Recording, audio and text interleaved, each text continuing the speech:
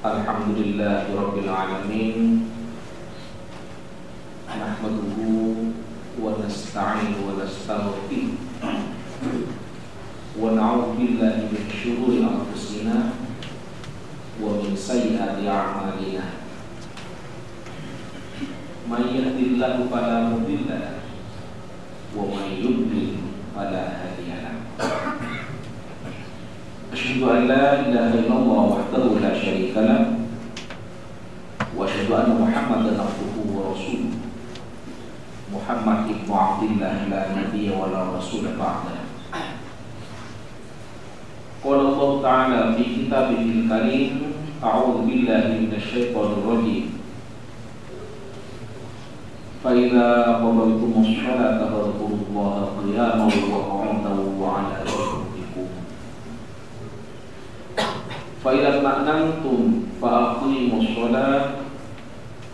Inna sholata kanat 'alal mu'minina kitaban mawquta.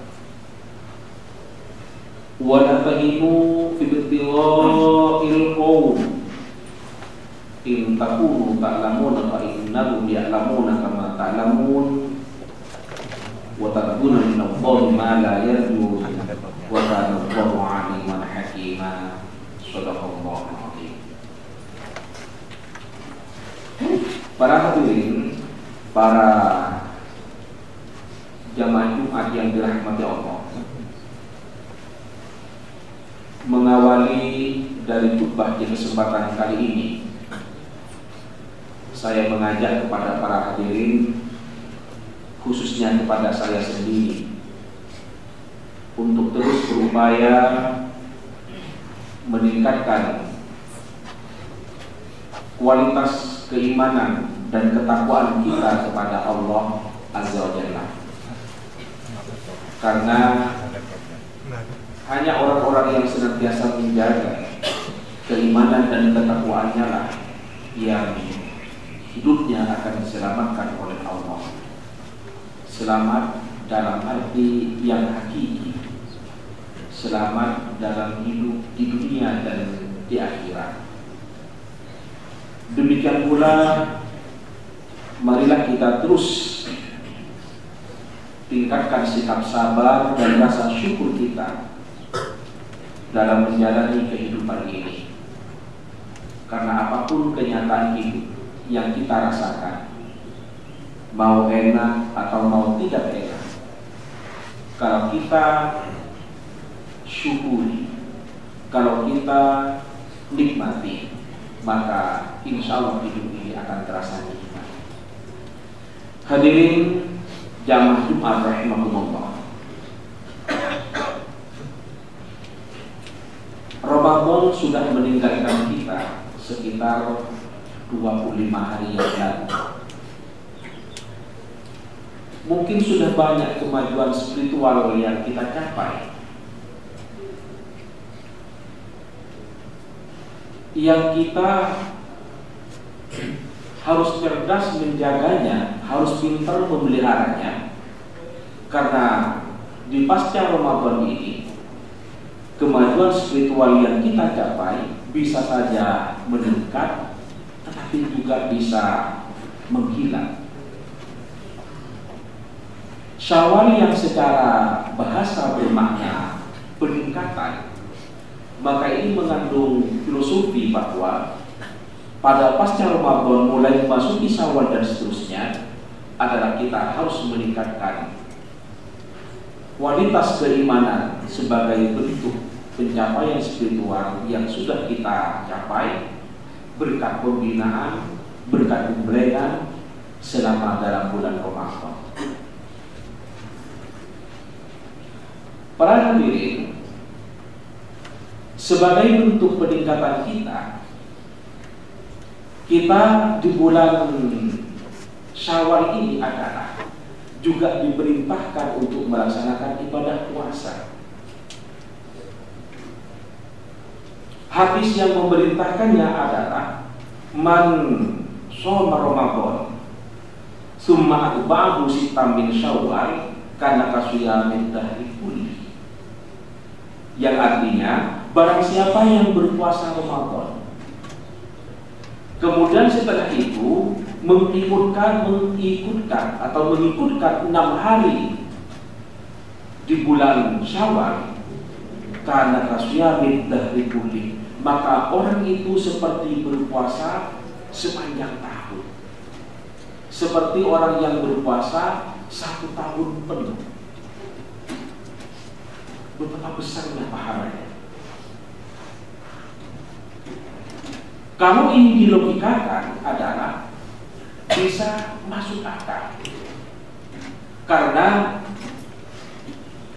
ada sebuah ayat yang menyebutkan begini: manja bil hasanati falahu asyru amsalihha, yang berarti barang siapa yang berbuat kebaikan maka Allah akan melipat gandakan 10 kali lipatnya.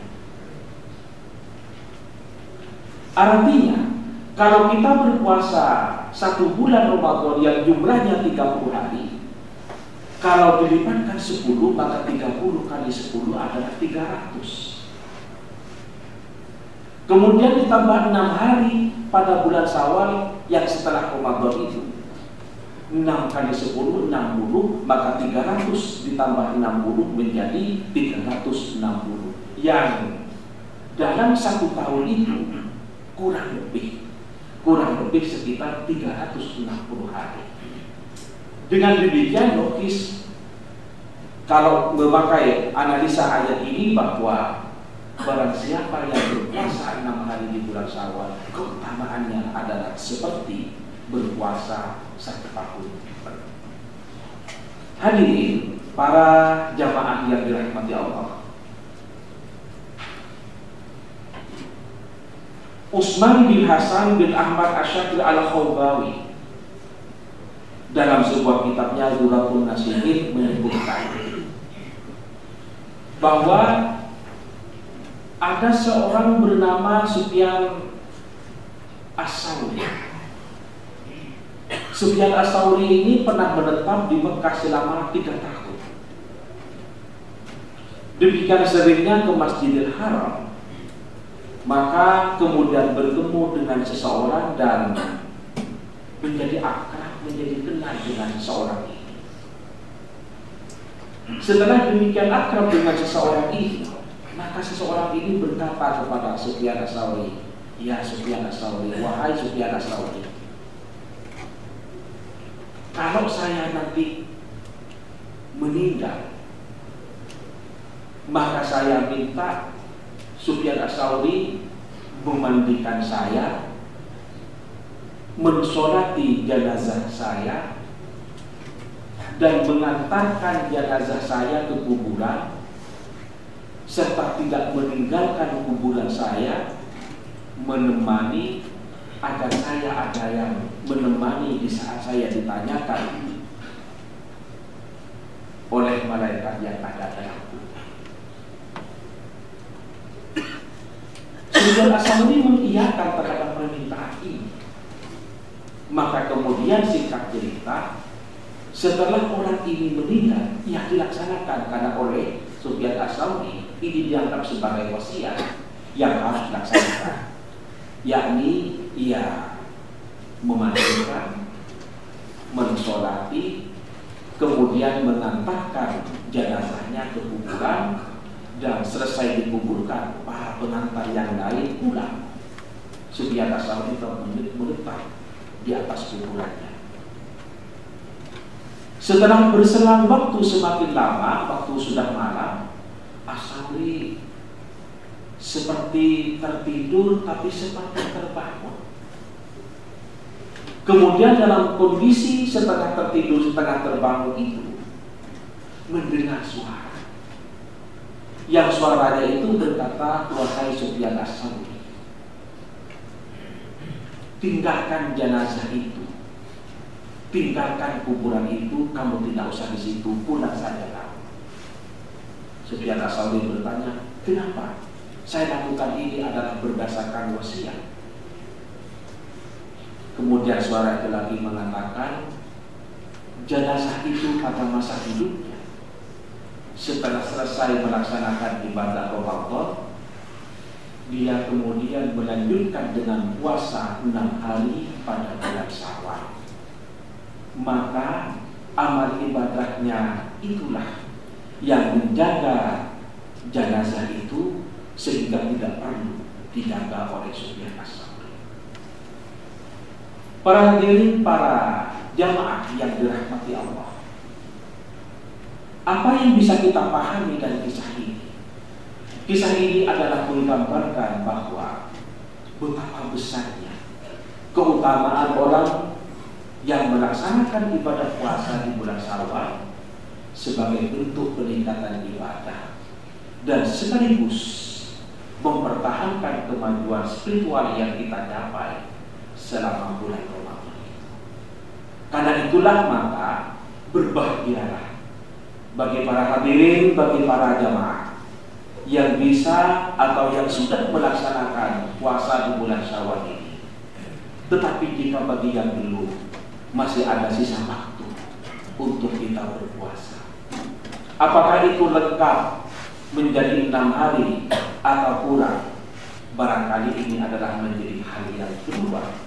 Tetapi yang paling penting adalah kita memiliki komitmen untuk kita tetap meningkatkan kemajuan spiritual kita dengan cara meningkatkan ubudiyah kita serta takarrub kita kepada Allah Subhanahu wa taala, yang salah satunya dibuktikan dengan melaksanakan ibadah puasa di bulan Syawal.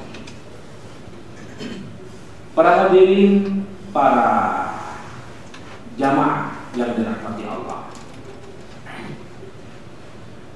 kemajuan spiritual yang kita capai, saya katakan tadi, bisa saja meningkat, tetapi juga bisa menghilang. Ini bisa menghilang adalah salah satunya disebabkan oleh berbagai hal. Yang pertama adalah hasud, iri hati, atau dengki. Dia tidak senang melihat orang lain enak, dan dia tidak enak melihat orang lain senang. Atau dia sedih melihat orang lain senang, dan dia senang melihat orang lain sedih. Hal-hal semacam ini adalah bisa menghapus kemajuan spiritual yang kita capai. Oleh sebab itu, dalam sebuah hadis Rasulullah menyebutkan, khairun nas man anfa'uhum linnas. Artinya, sebaik-baik manusia adalah orang yang bisa memberikan manfaat kepada manusia lainnya. Dengan demikian maka kualitas keimanan kita, ketakwaan kita adalah juga diukur sejauh mana kehidupan kita di dunia ini memberikan manfaat, memberikan kontribusi positif pada kehidupan orang lain. Bukan kita sedih melihat orang lain, bukan kita senang melihat orang lain sengsara. Sejauh mana kita memberikan manfaat? Manfaat yang bisa kita berikan, manfaat yang bisa kita lakukan tentu sesuai dengan kapasitas kita, sesuai dengan porsi kita. Kita sebagai apa?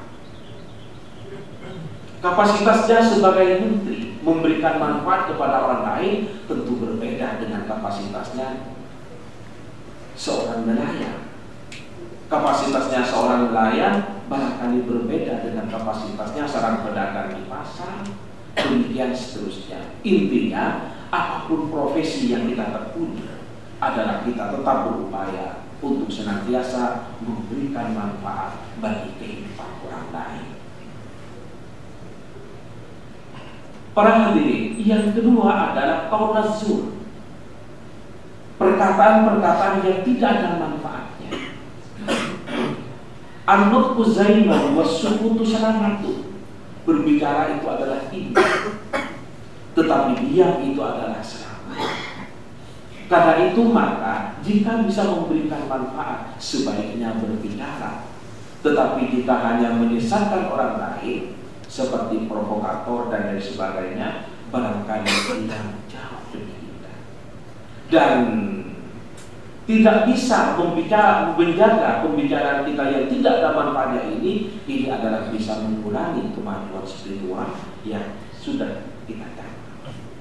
Para hadirin, para jamaah yang dirahmati Allah. Oleh sebab itu maka mari kita bisa atau harus berinstruksi diri agar kita tetap terpelihara dan senantiasa berada dalam kebenaran. Apakah yang kita lakukan sudah senantiasa memberikan manfaat kepada orang lain, atau justru sebaliknya ternyata memberikan mudarat kepada orang lain? Untuk itulah perlu untuk introspeksi diri, perlu untuk bermuhasabah, perlu untuk memperhatikan diri kita sebelum kita memperhatikan orang lain. Karena bisa jadi salahnya orang kadang menjadi tampak jelas, tetapi salahnya sendiri kita kadang tidak merasakan. Padahal bagaimanapun juga manusia adalah tidak akan lepas dari salah dan keliru. Para hadirin, para jamaah, karena kita dibatasi oleh waktu, maka khutbah yang singkat ini kami akhiri sampai di sini. Mudah-mudahan ada manfaatnya bagi kita semua. Amin. Allahumma amin. Barakallahu li wa lakum fil Qur'anil azim wa nafa'ani wa iyyakum bidzikril hakim innahu ta'ala jawadun karim malikum barra'ufur rahim innahu huwas samiul alim.